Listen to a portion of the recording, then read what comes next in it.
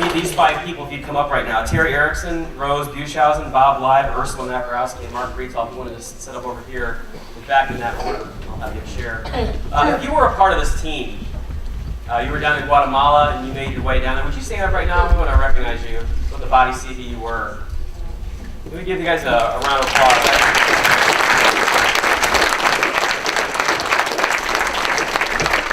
Thank you, team. Really, they will second this. It will be impossible to completely communicate what that was like.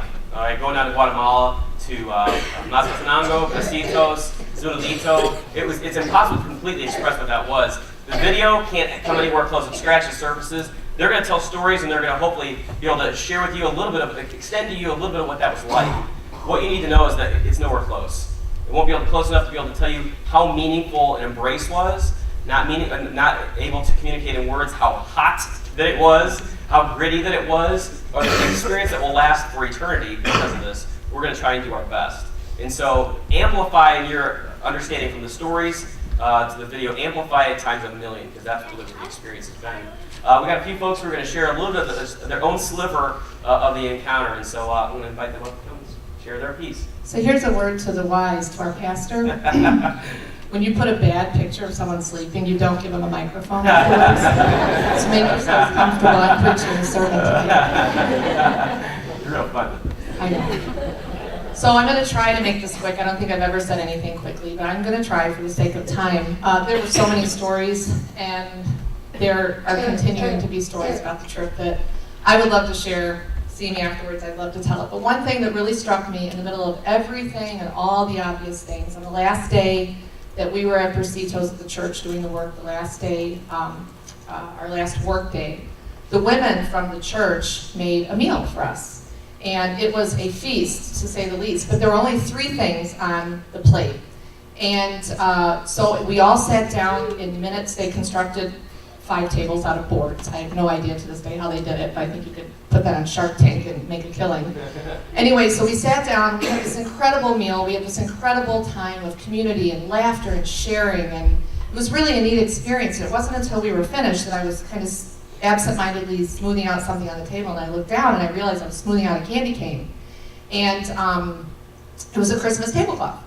And as I looked down, I saw a Christmas tablecloth, a fruit tablecloth, there was a Seattle Seahawks tablecloth, and 2 more fruit tablecloths. And I thought, oh my goodness, I was kind of struck by the Mary and Martha world. And I am ashamed to admit that I'm a Martha. I'm totally a Martha. I want to be a Mary. I feel like I have a Mary heart, but we do a lot of entertaining at our home, at our business. We always have people over. And anyone who's been to our house knows after half the people have gone, I'll sit down and I'll start sharing and talking because I'm working. I want to serve everyone and make everything just perfect. The lesson that God's convicted me with, that's on my heart, is that I want the Spirit of God woven through our home and our events, not the spirit of Martha Stewart. And matching tablecloths and fancy table settings cannot build relationships. They cannot win people to Christ. And moving forward, that's my goal and my plan. So if you end up at my house and you see me running around, I want you to grab me by the hair and sit me down and remind me of this. And we're also going to be really trying to take that through our women's ministry as well with our upcoming banquet. So thank you. That's it.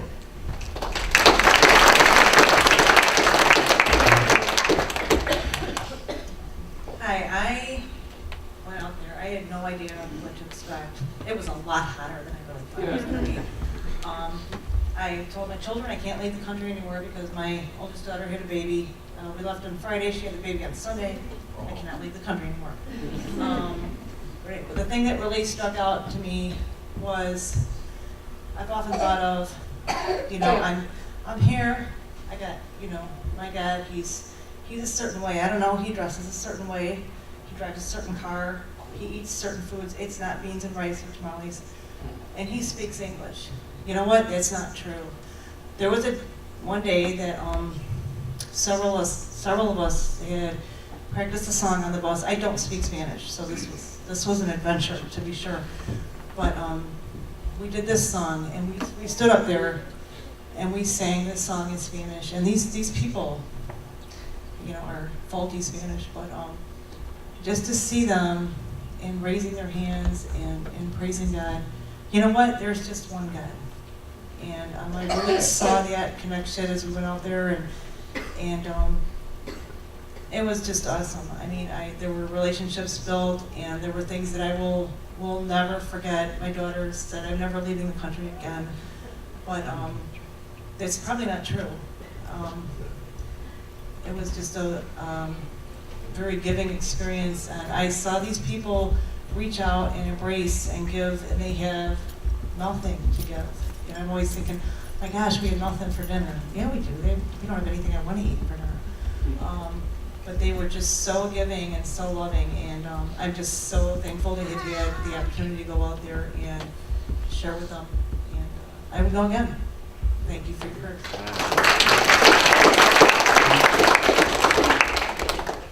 I'm sorry, I'm not as comfortable as the other two speakers, so I have to read mine. I apologize. Shortly after I came home from Guatemala, I went out to lunch with my brothers and my uncle. My uncle asked me about Guatemala and why I would choose to go there. He believes that charity begins at home. I told him that I just felt in my heart that I should go, and I wanted to do something for someone else. Though in reality, I truly believe I received much more than I gave. My uncle is somewhat right. We certainly have enough people out here who need someone to reach out to them. Our very own family, friends, neighbors, community. From experience, I have found that it is quite difficult to reach out to those that we are the closest to. Maybe it's pride on both our parts. It says in the Bible that Jesus came to his own, and his own received him not. I also started thinking about the word home. I look at the sky and think, is this not the same sky that is above the small village of Bracitos, Guatemala? Do we not share the same Father in heaven? Are we not then all brothers and sisters?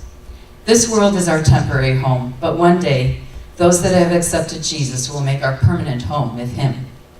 The people all over the world, including the little village of Bracitos and us, we will all be together as one if we believe. As I have already stated, I truly have received much, much more than I gave. I will never forget the beautiful people of that little village. They truly touched my heart. Love crosses any language barrier. I'm sure that our whole group will confirm their hugs were awesome. Those few extra seconds of being held tight were just incredible. I will also always treasure the bond that was created with my roommate and with the whole group of us that went. It all began with Greg, our leader and planner, who felt God tugging on his heart. I admire him and all the talented individuals that worked so hard to help that village. I equally admire the people that gave so much of themselves to forge relationships, those that spoke their language and those that taught. So many gifts. I think we all left a piece of our heart in Bracitos, Guatemala. I know I did. One thing that struck me while we were there was just thinking about the balance between what kind of work you do. So we, went down there, ordered a bunch of supplies, ready to paint, build, help, work. And I kept getting in these conversations with people that would sort of get longer, and I'm thinking, okay, I gotta get back to work. We're supposed to be painting. We're supposed to be like building stuff or whatever. And I would catch myself like, okay, wait a second. If he wants to talk to me, for whatever reason, maybe that's like the ministry. Besides just the ministry that we supposedly went to build things and whatever. So it was kind of a tug. It was like, okay, so now if I stand here and talk to somebody for a long time, is the team thinking I'm just trying to get out of working, or so it's like back and forth. And I'm holding the paintbrush. It's gonna dry out if I don't do something or put it away, or so it was a balance. It was hard, but I just you do have to think about where there's a big picture and then there's people in your life, and the people really do have to come first. And it was just kind of something that I was challenged to think about.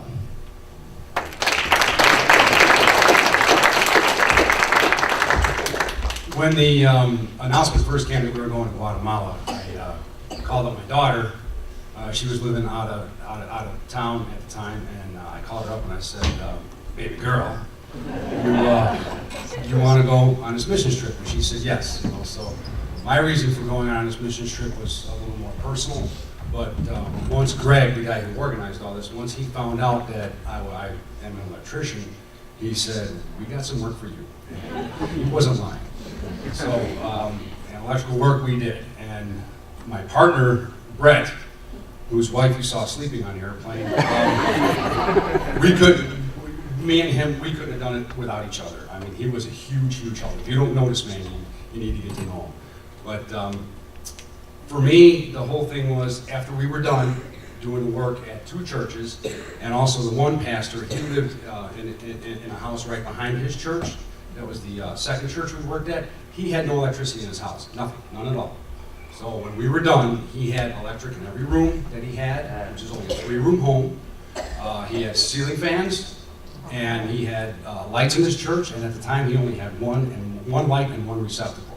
And just the first church we worked at, that church was like in the valley, and that was where we went to church on Sunday morning, and it was like 95 degrees in there with no air, and it was hot and humid. And so we put fans in his church, so get some air circulation, and it just worked out great. But the best part was to see their appreciation and to see how much that they appreciated our work. And words cannot explain, and it wouldn't do any good either, because if they tried to, I wouldn't understand what they're saying, because I don't speak Spanish. But you could just see it in their faces, and you could see it in their hearts and in their minds and in their souls. That it was just, that they were so immensely grateful for what we did. Thank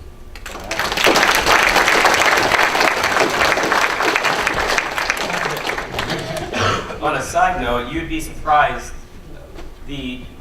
Almost everyone mentioned that we went to a town called Bracitos. We were in Mazatenango, was the main place we launched out of. But Bracitos by bus was about an hour and a half drive one way to get there. 39 kilometers, which I don't know what that ends up being in miles now. But it's not that far, but it's a rough road.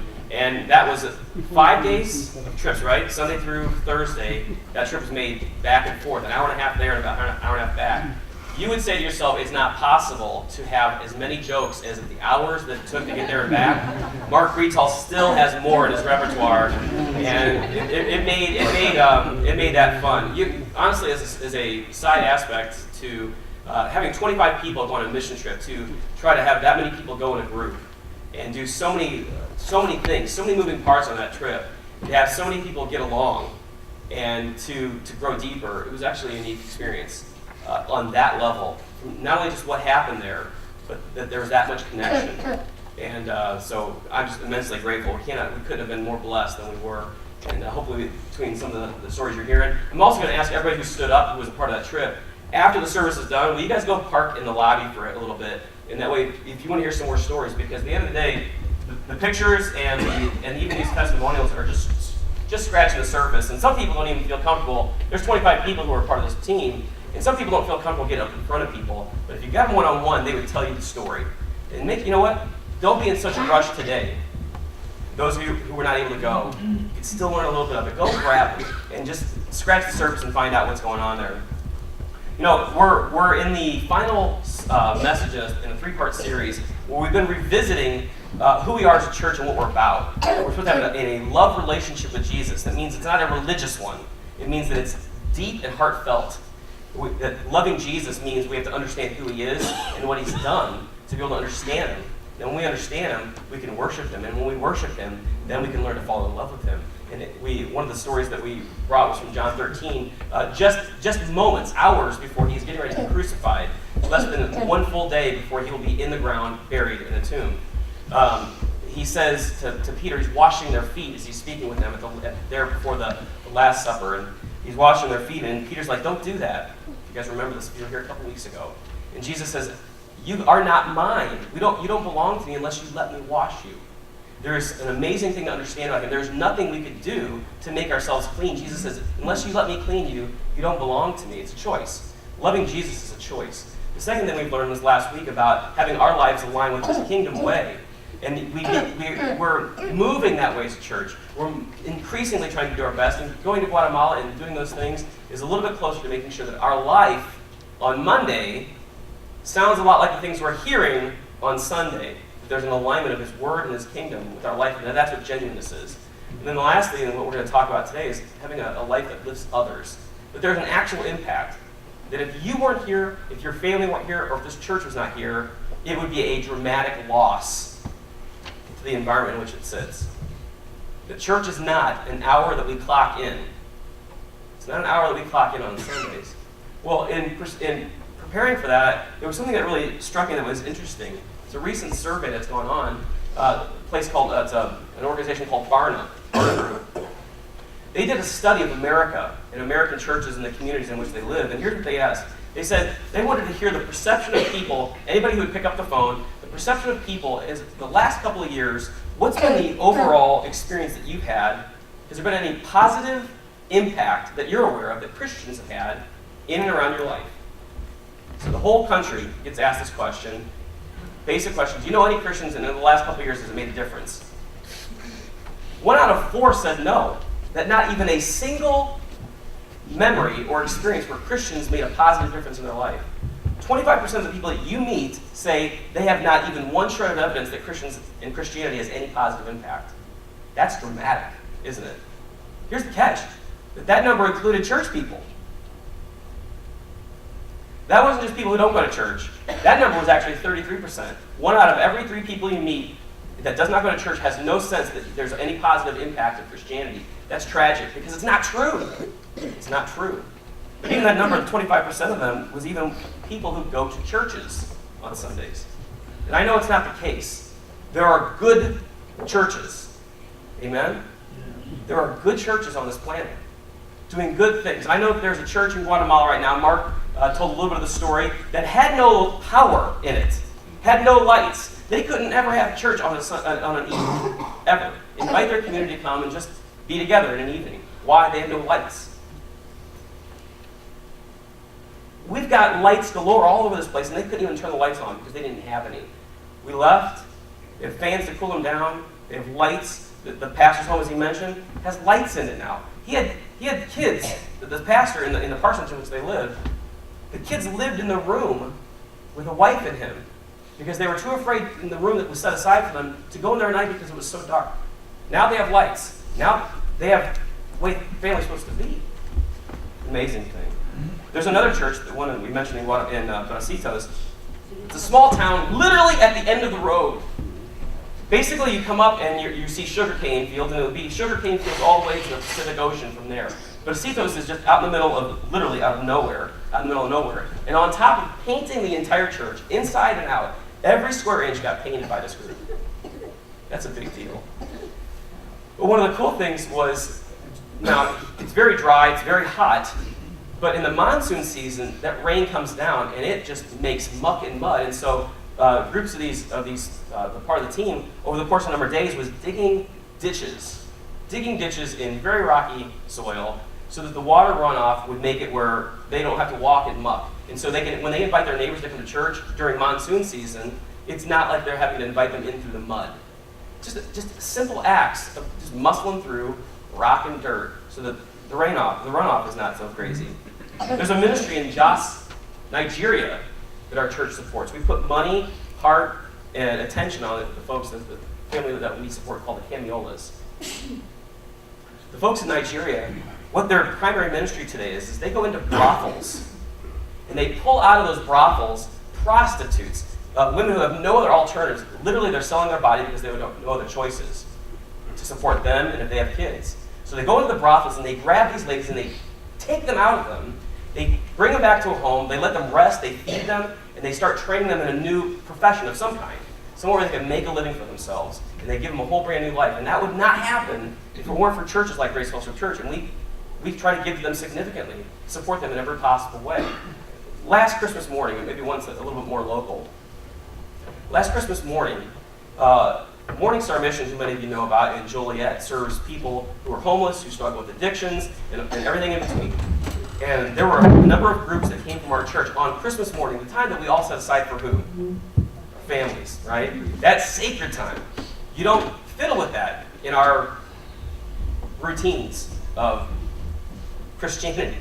Isn't it funny? We don't mess with those things because the practices of Christianity